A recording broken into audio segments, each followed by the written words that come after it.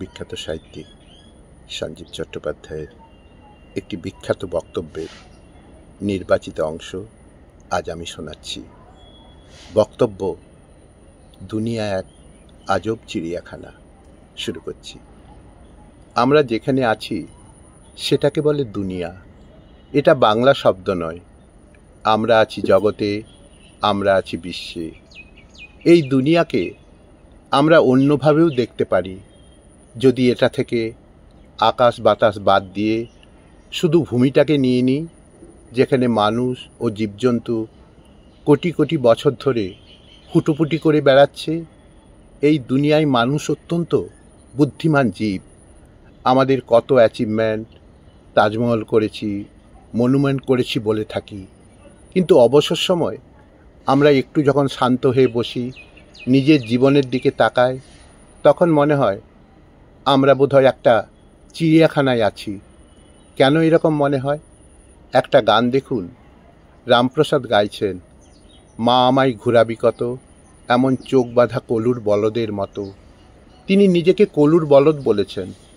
শত শত মানুষ নিজেকে ভাবছেন কলুর বলদ। এই জগতে একবার ঢুকে পড়লে আর নিষ্কৃতি নেই। নানা রকম কর্তব্য, কাজকর্ম, নিজেকে বাঁচাবার জন্য হরেক রকম জীবিকা গ্রহণ করতে হয়। সকালে উঠে চললাম, রাত্রে এসে হাঁ হয়ে পড়ে গেলাম। লোহারি বাঁধনে বেঁধেছে সংসার, দস্তখত লিখে নিয়েছে হায়। এসব গানের মধ্যে যে ভাব ব্যক্ত হয়েছে, তাতে মানুষের চাপা যন্ত্রণা প্রকাশ পাচ্ছে। নির্জনে বসে যখন ভাবি, তখন মনে হয় এহিও বাহ্য। টাকা আমাকে কোনো শান্তি দিতে পারবে না, পরিবার পরিজন আমার সঙ্গে দেহত্যাগ করতে পারবে না।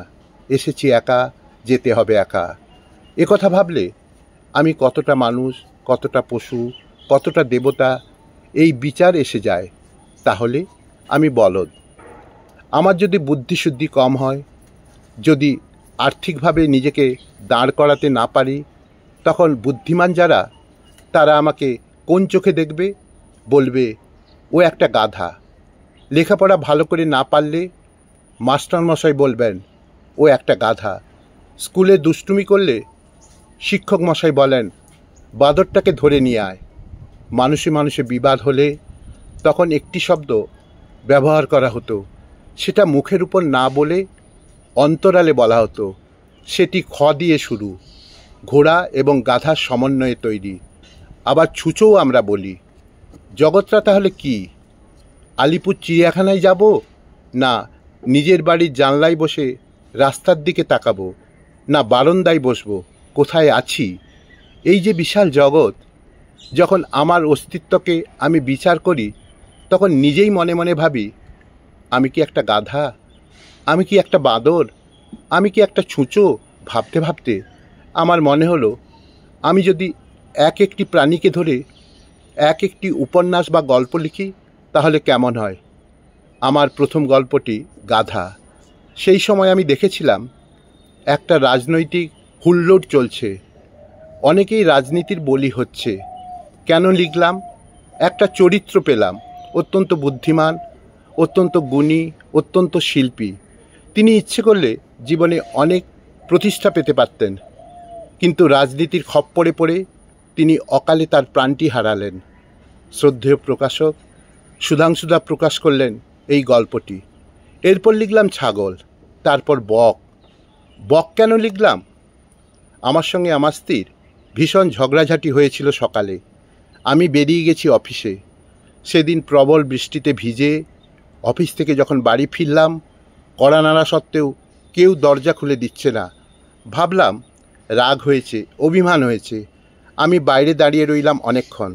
তখন মনে হলো আমি যেন একটা বক, এক ঠ্যাঙে দাঁড়িয়ে আছি। তখন লিখলাম নিপাট বক।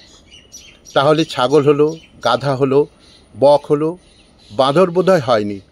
সুধাংশুদা বললেন, একটা কাজ করুন, এগুলোকে একত্রিত করে একটা বই করুন। বই তৈরি হলো দুনিয়া এক আজব চিড়িয়াখানা। বইটি বেশ মোটাসোটা এবং বইটির মধ্যে সবকটি প্রাণী আছে।